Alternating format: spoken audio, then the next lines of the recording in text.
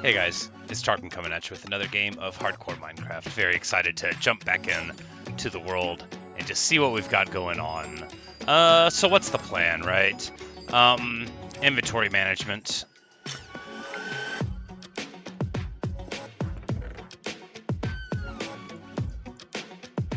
Alright, so a flint is important. We can go ahead and grab that. Because we can, it's like, I think I have crafting table out here. Where are the arrows at? Make 4 arrows more. You know, I think maybe we just leave the hole in the wall, but no, that's not stylish, so we won't do that. We've got plenty of pork chops and plenty of food on us, so I think we just want to... pork chops and other food, even. Don't need any of that stone. We've got 2 bows, which is probably 1 too many. Alright, so what were we doing? Making another iron pick, which is no doubt ready right here. We've got just a ton of iron now, so probably time to smelt it up, right?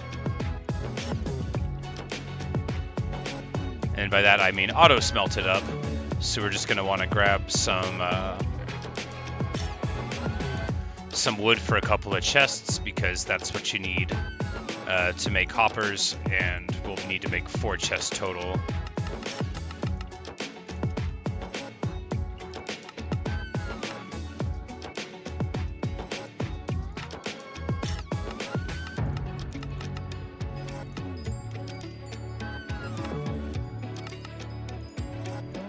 So let's see how quickly I can build this properly. Somebody gave me a tip with the builds that where you can hold either crouch or, they said shift, but of course I may have rebound the keys, so we'll see. All right, so that on the bottom, if we hold, yep, there you go. So control to is what I have for sneak, which is just super excellent. This is really going to make it a million times easier to build. We will still need a couple of cobbles just to get taller up, but yeah, excellent, just truly excellent. A 100 times easier to build without having to worry about the order of it. So we're just going to pop these, grab everything out from the inside, and move to auto smelting land, where actually we totally don't need to do that because those are already done, and that'll just clog up the works. But any more food that we get, we'll be able to throw inside. And of course, now it is time for bed, or nearly time for bed.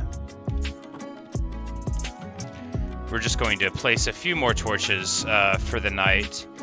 Just get a grasp of where the light coverage is not. Get a couple out here by our farm. And of course, that is a dangerous spot. We'll go down there some other day, not today.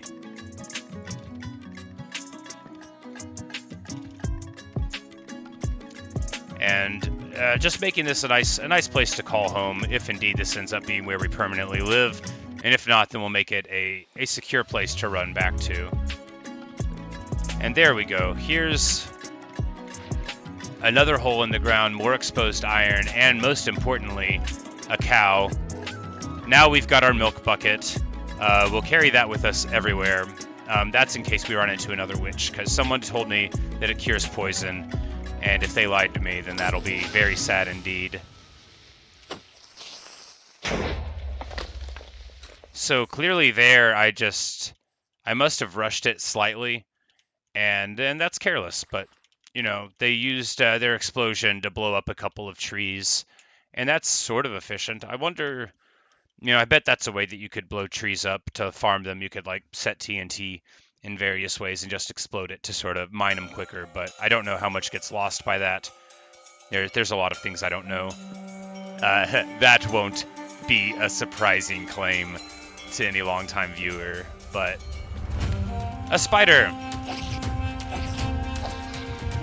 Spiders are pretty foolish. This poor little guy is sitting up in the tree. He's like afraid, or can we give him a cooked pork chop? No. we can brag to him about how we have a cooked pork chop. Is he stuck? No, he's just sitting, just hanging out. This guy is freaking out. I don't know what's going on with him. Okay. Okay, there are zombies inside of that house.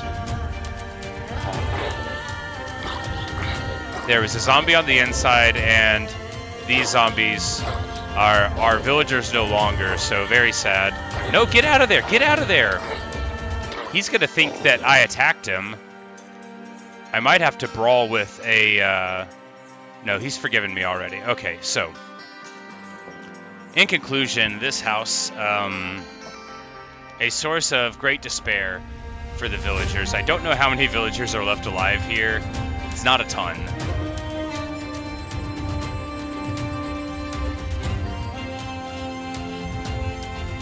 But the important thing is that the villagers that are here now are yet alive for the time being. But we're going to go ahead and run home, give Garuda our ritual seed of the night, and crash for the day. And then when morning springs up, probably just charcoal up a little bit there.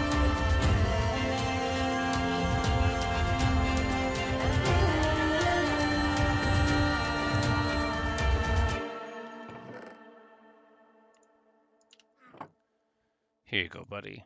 It's a good old night for a good old bird. And the daylight dawns. It's another day. Garuda is safe at home, and I am about to go adventuring. Freshly armed with everything we need. A bucket of milk, a bucket of not milk. And that's the sound of a zombie, yeah. Well, this zombie is going to perish without much effort from me. I do want to run over and get a final hit. There we go. Important to get the final hit. So, what is evidenced here is just that a lot of space on this side of the village remains dangerous, greatly dangerous. But before I go traveling into the pit of despair, I need to go and grab some more charcoal, which we're going to do in just a moment here. The autosmelter should have smelted it. Of course, a normal furnace would have done just as good at this point. Do we jump across and then, yeah, a little float? Very, very cool move. This is going to get us 16 torches. That'll be enough for at least a little bit of movement, and...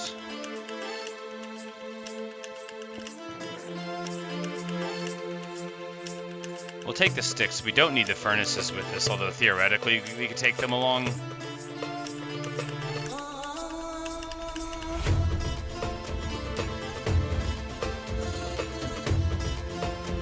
We definitely bring the bed. And we'll just, before we go in, we will get some more water. And we'll bring that along as part of our supplies. Feeling okay about our prospects, of course. Everything has an element of risk, but we're going to continue on into the depths and continue making it a safer place to be. Of course, we've got almost entire coverage of light going on in this area now, so pretty pleased with how that's working out. We're just going to descend in this area.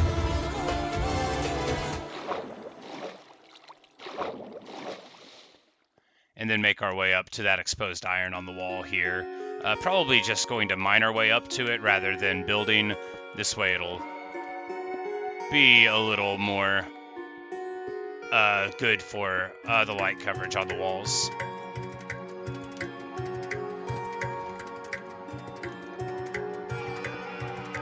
Because of course right now I don't need iron, but you always want iron, right? I can make many more machines if I have many more irons.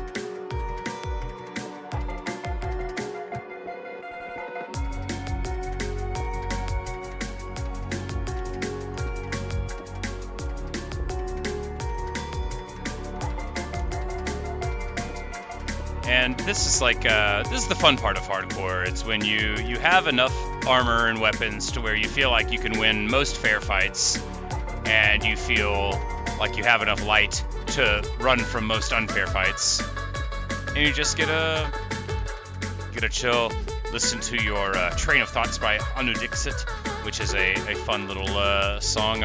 I'm liking this sort of I don't want to say a culture that it could be from. It sounds Indian to me, but I don't actually know. It doesn't sound, very Western in scales or styling as far as music goes. But as I've said so many times, I don't actually know what I'm talking about.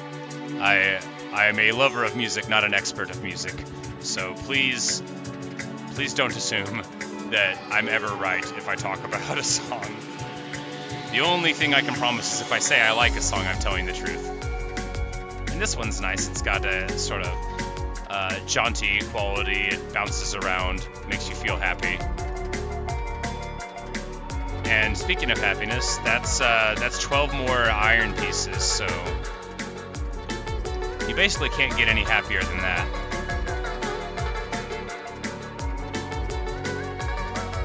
Alright, so what to do? I guess now we try to see about going even further into the depths. There will be more enemies here. This is that other access point that we saw earlier, so we're just going to run up this side, get a little bit of light coverage, and then see about taking these fights. Of course, the zombie with this water here is just in a terrible position. You can just run back and forth, side to side, and the zombies really can't do anything about it. They are pretty useless at navigating watery areas, which makes sense. They are not water zombies. Water zombies are a whole different group of people. The spider's coming at us. If you just move quickly, I don't even know if they can hit you mid-jump, but we're just going to move over here, eat a pork chop. It's so distracted. Like, the spiders are obsessed with trying to get, like, a good attack on you from above, which leads them to often not having a good attack on you from any angle. Skeleton that way. We're going to come in from above them. We've got the water between us, and they're not, like, great shots from far away. I don't want to use my arrows for this, though. So we're going to try to... There we go. Block this one.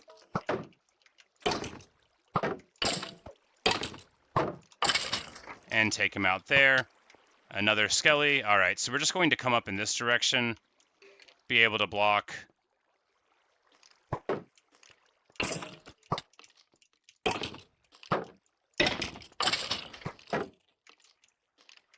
Yeah, there's a lot of skeletons going on here, which makes sense. Of course, we are venturing into the depths, but...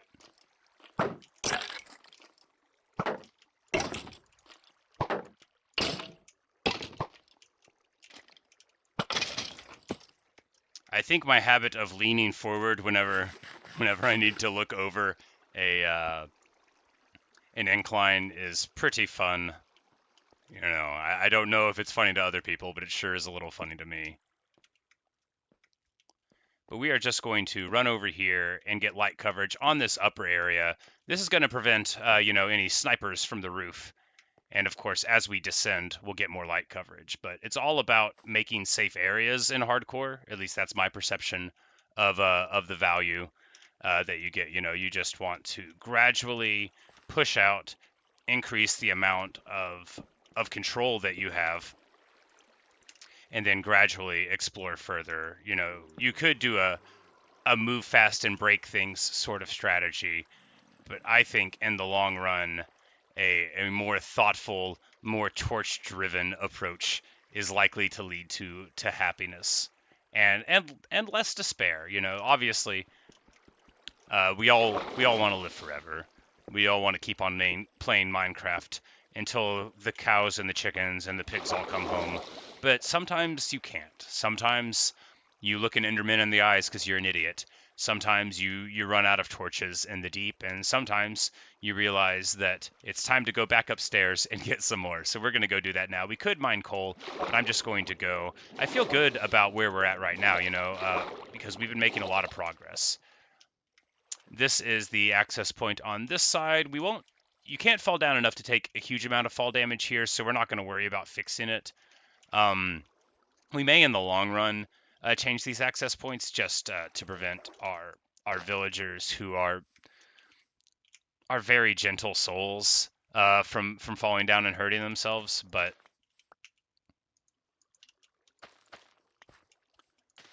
I reminded myself out loud once again that I do not have a shield in my offhand, and if I get into a fight with an Enderman, I should put a shield into my offhand.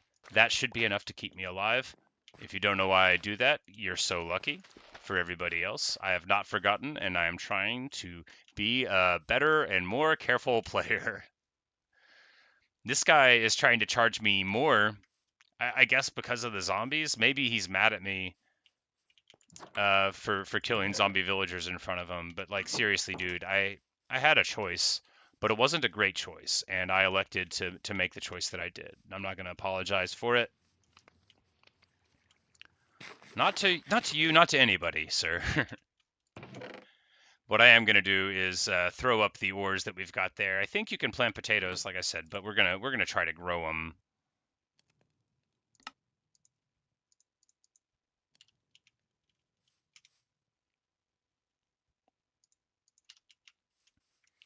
And we're just going to quickly run down here, and this will probably be the last thing we do in the video, I imagine, but you know, maybe not.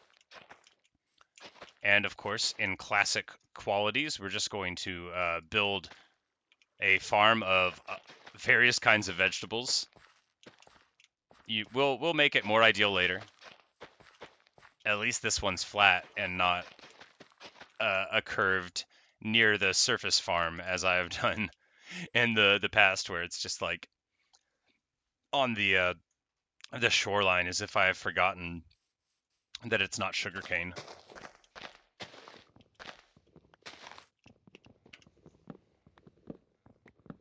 And you can knock the leaves down of trees, but if you just get enough trees that are surrounding them cut down, then you'll be able to make the leaves just fall onto the ground, which is pretty nice. This is like the worst way to cut down the top thing. I should just put a block down, but sometimes I get locked into the idea that I can be silly and cut down a tree while jumping with an axe, which of course is, I would call that a careless choice, and not one to be encouraged, certainly. But speaking of choices to be encouraged, we're just going to go ahead and make our way home to our best buddy Garuda. We need to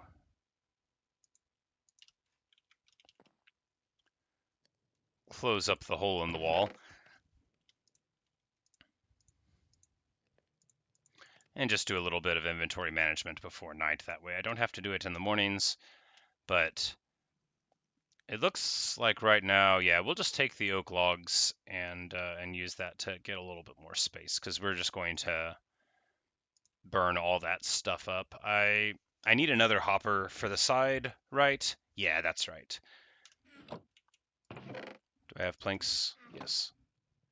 So as I'm talking to myself, what I mean to say is I need another hopper for the side of the autosmelter to feed in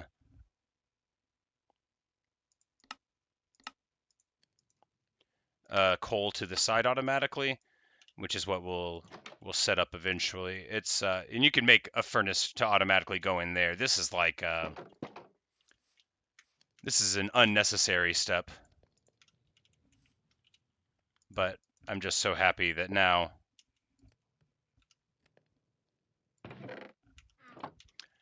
someone's told me how to do it automatically. So while I could put a chest above it, I think at this point that's a little unnecessary, because that is enough coal for several hundred smeltings. And of course, I don't even know if I want to stay here for the super long run. Garuda, get back inside. Oh my goodness, buddy. Come on.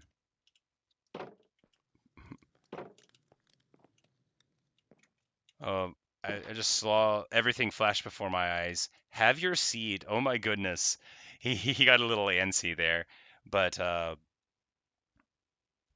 the music ran out. I've just realized I've been talking in silence for some time, just like a normal old video. So sorry about that. I must have reached the end of the page. It doesn't auto populate the next one. But thanks for watching. Thanks for listening. I hope you've enjoyed this episode of Minecraft, and we'll be back with more in the future. And I hope I'll see you there.